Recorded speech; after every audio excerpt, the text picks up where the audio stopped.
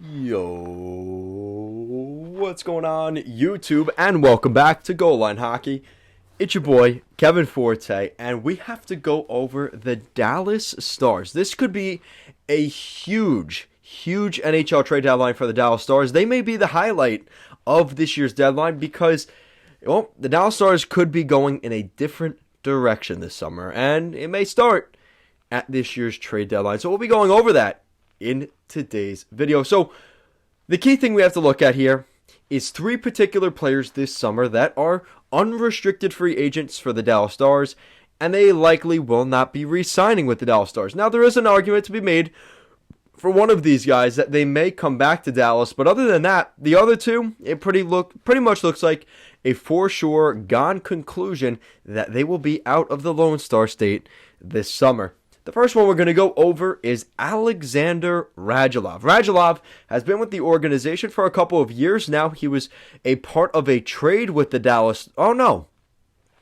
Maybe not. I don't remember, but he was a part of the Canadiens, right? When he came back from the KHL, and he ended up going to Dallas. I don't remember if... I think he signed in Dallas. It was like a last-minute signing. I think the Habs had given him $6 million, and Dallas offered him $6.25. So that extra $250,000 was enough, and Rajulov said, "I'm going to Texas." So a couple years later now, Rajulov, again, he signed that 5 years ago. Oh my God. Wow, it's been that long. A 5-year, $31.25 million contract. That is crazy. That, again, I'm starting to realize time flies. I cannot believe that was 5 years ago. So, Rajulov, Dallas Stars. Now, there's a couple of teams in the Eastern Conference that I could see being a really good fit. Because chances are, I don't see Dallas trading in the division. And to be quite honest, I don't see a real fit in the Pacific Division. So, I could see Rajulov going to the East Coast. There's one team I'll give is the Anaheim Ducks. I think they have an outside chance of bringing him in just to add some scoring depth.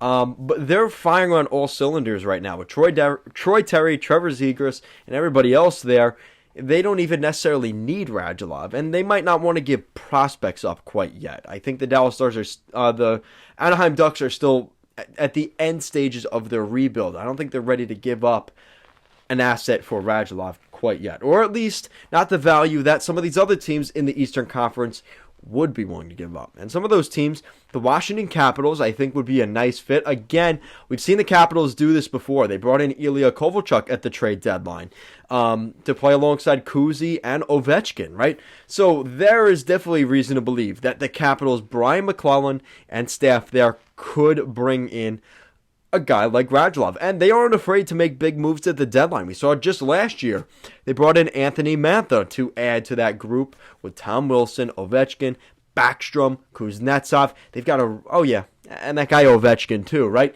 So Rajulov would be some secondary scoring on this team, a perfect fit with what they're trying to do. Now the Rangers are also on this list. I see the Rangers right now. They're at the top of the Metropolitan Division. How crazy is that? They're at the top of the division right now. And they're looking to add some scoring depth. And we've seen similar names in the vein of a guy like Phil Kessel with the Arizona Coyotes. And that has been the predominant name we've been hearing for the Rangers. But who's to say that Rajulov couldn't fit in that situation as well? He's got the experience. He's been in the NHL for a while. Again, he's a little bit on the older side. He's, I think, 35, 36 years old. But he could still contribute in the NHL. And I think Rajulov could be a pretty good fit with the Rangers. Again, with the role that he would be playing, there is a correlation there. The Pittsburgh Penguins also an interesting player here. Now, Jason Zucker did just come back healthy, and that may have been the spot that Rajulov would have filled. But the Penguins are one of those teams that is just always riddled with injuries. I would not be surprised if they see themselves in the playoffs here over the next month or two. Rajulov would be a real nice piece in what could be one of the last runs for the Penguins here for a Stanley Cup. And Patrick Allvin, maybe trying to make a name for himself, going into this summer, may look to make a trade for a guy like Rajulov. I could definitely see that happening for the Penguins as well. And all three of those teams could be in a bidding war for the Dallas Stars' Rajulov. Now, the next guy we're going to go to here is Joe Pavelski. Now, out of these three guys, I think he is the most likely to re-sign in Dallas. But I wouldn't be surprised if he goes for he tries to chase the cup here at the deadline as a rental. And Joe Pavelski is coming off of a 3-year, $21 million deal. Again, I can't believe that was 3 summers ago. Just how time flies is incredible. Joe Pavelski, $7 million per season. Again, you do the math, 21 divided by 3, that's $7 million per year. Yes, I can do a little bit of math. Joe Pavelski, there's a lot of suitors for Pavelski. Veteran experience. He was a captain with the San Jose Sharks for a little bit. There was some controversy there, but he was a captain. He's been an alternate for the Dallas Stars now for a couple of years. He's only been there 3 years. I think years 2 and 3, the last 2 years, he has been an alternate in a leadership role, which is pretty impressive when you look at some of the guys that have been in Dallas. You look at some teams that I think will definitely be in the chase for Pavelski. Again, you're looking at a team that wants to add a veteran center. The Tampa Bay Lightning, the Florida Panthers definitely will be in the running for him. The Boston Bruins, I think, are an interesting player here in the sense that again, this depends on where the Bruins are. Are they a playoff team or are they a team on the outside looking in? If they're a team on the outside looking in, I could maybe see them staying away from that and maybe looking at kind of playing the process and focusing more of their attention on keeping a guy like Patrice Bergeron. So that's going to be in the discussion there for the Bruins.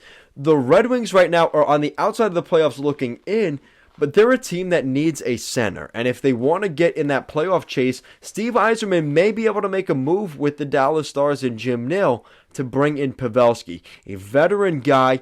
They haven't really added that guy. They lost a couple of those guys here recently. Darren Helm left the team, right? I think he went to San Jose or a team on the West Coast. So Darren Helm, a good player in that sort of role. Franz Nielsen, they bought out his contract last summer. So they don't really have that veteran center in the bottom 6. You add a guy like Pavelski, he could really do that. And to be honest, he could play in the top 6. He could be a second-line center. Allow a guy like Michael Rasmussen to develop a little bit more and not force him to be in the top 6. So I could definitely see that materializing and being a really good fit, not only for the rental side of things, but as a long-term, maybe another 1 or 2 year deal contract to stay in Detroit. I think that would be really nice for both Pavelski and for the Detroit Red Wings. And then the big name out of these 3 guys is on the blue line, the guy I've been making a ton of videos about here over the last couple of months. That is defenseman John Klingberg, the 29-year-old defenseman that a lot of people are being, he is right now the most highly regarded defenseman at the trade deadline as a rental. Now, the big name everybody's been talking about, Chychrun, is the top name, but in terms of a rental, Klingberg is the cream of the crop at this point. He's making $4.25 million right now on his AAV, so he would be fairly cap-friendly for a team that is, closer to the cap ceiling, if not above. They could make that deal work. He signed a 7-year deal back in 2014, $29.75 million in the bank for John Klingberg already. But I have 4 different suitors here for John Klingberg longer term. But I think this is more of a rental situation, and these are the teams that will be going after him. I think the St. Louis Blues are definitely looking to make a splash. I could see them going in for a guy like Klingberg to add to that blue line. I mean, they've already got some really good defensemen already, but you add a guy like Klingberg, that rounds out the top 4, because right now they have Colton Parayko, Justin Falk, Torrey Krug, and then you put John Klingberg there to fill out that top 4. That is one really lethal defense. You're looking at the Los Angeles Kings. The Kings are maybe looking more toward the Chychrun route as they have more prospects. They're maybe looking at a little bit more of a long-term solution on the back end. But with Sean Walker out for the entire season, Drew Doughty's been in and out of the lineup due to injuries. They also lost, was it Cal Clegg to the Montreal Canadiens in waivers.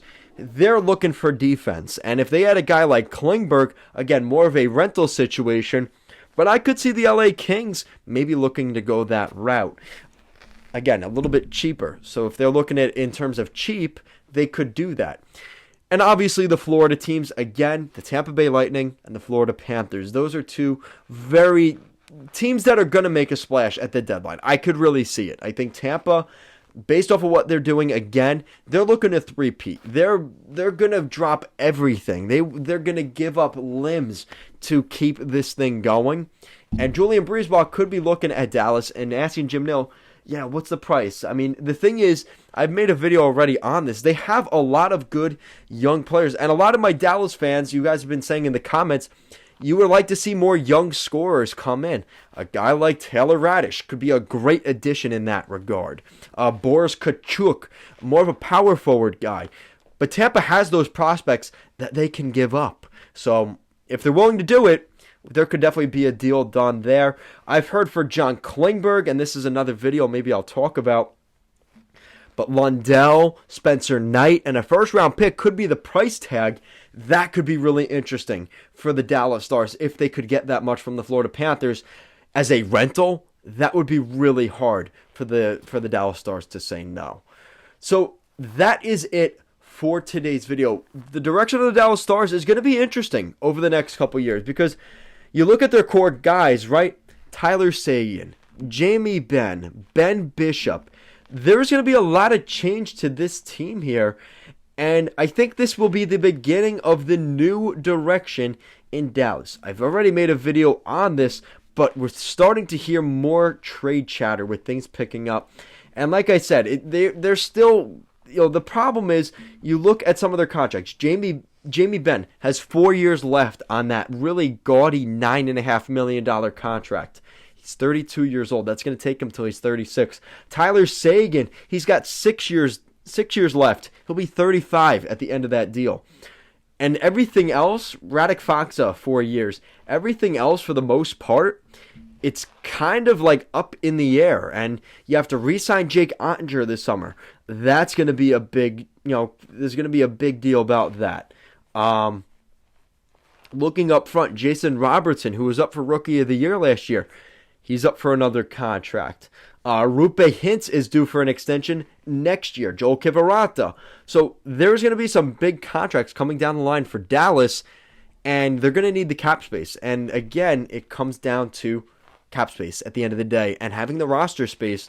And unfortunately, John Klingberg, Pavelski, and Rajulov could be tragedies of the lack of success from the Stars this season. So guys, that is it for today's video. Thank you so much for watching, and I will see you later. Good night.